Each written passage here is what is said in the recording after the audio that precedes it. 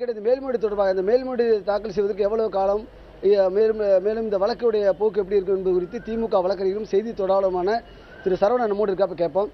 Sir வணக்கம். இப்போ இந்த மேல்முறையீடு வழக்கை பொறுத்தவரை தாக்கல் செய்வதற்கு எவ்வளவு கால அவகாசம் இருக்கு, எவ்வளவு நாளில் தாக்கல் செய்ய முடியும்? அதாவது இந்த உச்சநீதிமன்றத்தில் வந்து ஒரு வழக்கை மேல்முறையீடு செய்ய வேண்டும் என்றால் அது 90 நாட்களுக்குள்ளே வந்து செய்ய வேண்டும். ஸோ நம்ம தீர்ப்பு வந்து மே 11 வந்தது. அதுலேருந்து 90 நாட்கள்னு பார்த்தீங்கன்னா ஆகஸ்ட் 11 வரைக்கும் வந்து இது இருக்குது. உச்சநீதிமன்றம் வந்து இப்பொழுது கோடை விடுமுறையில் இருக்கிறது. கோடை விடுமுறை முடிந்து ஜூலை 2ஆம் வாரத்தில் வந்து உச்சநீதிமன்றம் வந்து மீண்டும் திறக்கவிருக்கிறது.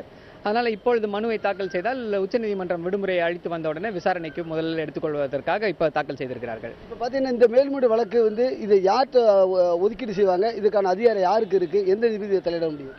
அதாவது பார்த்தீங்கன்னா இந்த வழக்கில் வந்து இந்த சொத்து குவிப்பு சம்பந்தப்பட்ட வழக்கில் வந்து ஏற்கனவே வந்து நீதிபதி தீபக் மிஸ்ரா அடங்கிய 3 நீதிபதிகள் கொண்ட அமர்வு தான் கடைசியாக வந்து தீர்ப்பளித்திருக்கிறது. சட்ட முறைகள் படி, அதாவது உச்சநீதிமன்றத்திலே பின்பற்றக்கூடிய சட்ட முறைகள் படி அதே நீதிபதியிடம் தான் இந்த வழக்கு வந்து செல்ல வேண்டும். ஏன்னா அவர் தான் வந்து இந்த வழக்கை வந்து இப்படி நடத்த வேண்டும், இவ்வாறு நடத்த வேண்டும் என்று ஒரு திட்டமிட்ட ஒரு நெறிமுறைகளை கொடுத்திருக்கிறார். ஸோ அதிலிருந்து வரக்கூடிய தீர்ப்புனா அவரிடம்தான் செல்ல வேண்டும்.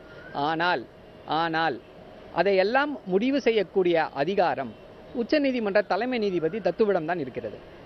இப்போ இந்த வழக்கை பொறுத்தவரை எவ்வளவு நாளுக்குள்ள முடிக்க வாய்ப்பு இருக்குது? அதாவது என்னென்னா இந்த ஏற்கனவே ஒரு காலக்கெடு விதிச்சிருந்தாங்க கர்நாடக நீதிமன்றத்திற்கு, அந்த மாதிரி ஏதாவது குறுகிய காலக்கெடு எதுவும் விதிப்பாங்களா, இல்லை எவ்வளோ நாள் நடக்கும் மேல்முறையீடு வழக்கை பொறுத்தவரை? இந்த வழக்கை விரைவாக எடுப்பாங்களா இல்லை காலதாமம் ஆகுமா? அதாவது இந்த வழக்கை மட்டும் பொதுவாக பார்த்தீங்கன்னா என்னென்னா இந்த வழக்கு இந்த தீர்ப்பு வந்து பல்வேறு தரப்பினரிடமிருந்து பல்வேறு வகையான உச்சநீதிமன்ற வழக்கறிஞர்களாகட்டும், சமூக ஆர்வலர்களாகட்டும், அரசியல் கட்சி தலைவர்களாகட்டும் அனைவருமே வந்து இந்த தீர்ப்புக்கு வந்து அவர்களுடைய கண்டனங்களை வந்து தெரிவித்திருக்கிறார்கள். அதாவது வந்து இது வந்து ஒரு பார்த்தாலே தெரியக்கூடிய ஒரு அப்பட்டமான குறைபாடுள்ள தீர்ப்பு அப்படி என்பது வந்து எல்லாருமே வந்து சொல்லியிருக்காங்க.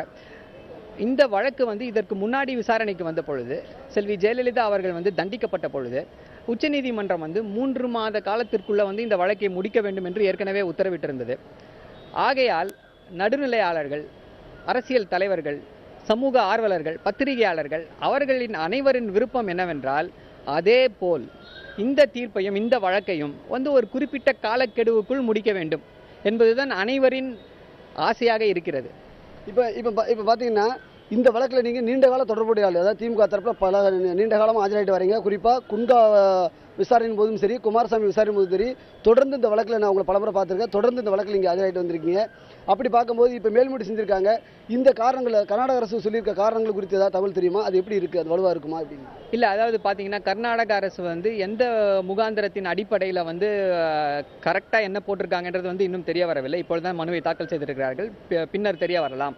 ஆனால் அந்த தீர்ப்பை பார்த்தீர்கள் என்றால் ஏற்கனவே அனைவரும் அறிந்தபடி, தமிழக மக்கள் அனைவரும் அறிந்து கொண்டபடி அதில் வந்து ஒரு அப்பட்டமான வந்து கணக்கு குறைபாடுகள் இருக்கிறது. அந்த கணக்கு குறைபாடுகளால் வந்து குற்றவாளி என்று தீர்மானிக்கப்பட வேண்டிய செல்வி ஜெயலலிதா அவர்களை வந்து நிரபராதி என்று கூறி விடுதலை செய்திருக்கிறார் நீதிபதி குமாரசாமி. அதோடு மட்டுமில்லாமல் இந்த வழக்கில் வந்து முக்கியமாக நம்ம வந்து எதை பார்க்கணும் அப்படின்னா, நீதிபதி குமாரசாமி என்ன சொல்லியிருக்கிறார் என்றால், வருமான வரித்துறையில் இருக்க வந்து கணக்குகளை வந்து இவர்கள் தாக்கல் செய்திருக்கிறார்கள், எங்களுக்கு இவ்வளோ வருமானம், ஆகவே நாங்கள் வருமான வரியில் இவ்வளோ இது வருமான வரித்துறை வந்து எங்களுடைய இன்கம்மை வந்து ஒத்துக்குச்சு, அதனால் வந்து இந்த பணங்கள் அனைத்துமே வந்து சொத்துக்கள் அனைத்துமே வந்து சரியான சொத்துக்கள், சரியான முறையில் வாங்கப்பட்ட சொத்துக்கள் அப்படின்ற வாதத்தின் அடிப்படையில் வந்து விடுதலை செய்திருக்கிறார்.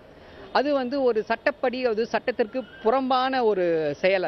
அதாவது வந்து உச்சநீதிமன்ற தீர்ப்புகள் வந்து தெளிவாக சொல்லியிருக்கிறது, அதை ஏற்றுக்கொண்டு யாரையும் வந்து விடுதலை செய்யக்கூடாது சொத்து குவிப்பு வழக்கு. அதாவது இந்த கூற்று வந்து உண்மை என்று ஒத்துக்கொண்டால் யார் மீதும் வந்து நாம் சொத்து குவிப்பு வழக்கு போட முடியாது. இது வந்து ஒரு முக்கியமான இது. அதோடு மட்டுமல்லாமல் நீதிபதி குமாரசாமி அவர்கள் வந்து எந்த விதமான காரணங்களையும் கூறவில்லை. அவர் வந்து ஒரு கன்க்ளூஷனுக்கு வரார். ஒரு ஜட்மெண்ட்டில் வந்து ஒரு நீதிபதி வந்து நான் வந்து இந்த முடிவுக்கு வருகிறேன் என்று கூறினால் அந்த முடிவு வந்து எதனால் எடுக்கிறார் என்பதை பற்றிய ஒரு டிஸ்கஷன் இருக்க வேண்டும்.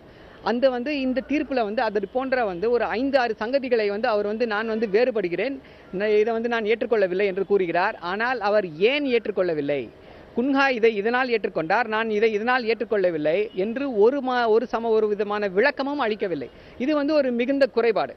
இவர் நீதிபதி குமாரசாமி வழங்கிய தீர்ப்பில் சில குறைபாடு இருப்பதாகவும், இதை எடுத்து கர்நாடக அரசு தாக்கல் செய்த முழு மனுவுடைய விவரம் பார்த்த பிறகுதான் தெரியும் என்று திமுக செய்தி தொடர்பாளர் வழக்கறிஞருமான சரவணன் கூறியிருக்கிறார். கார்த்திகேயன்.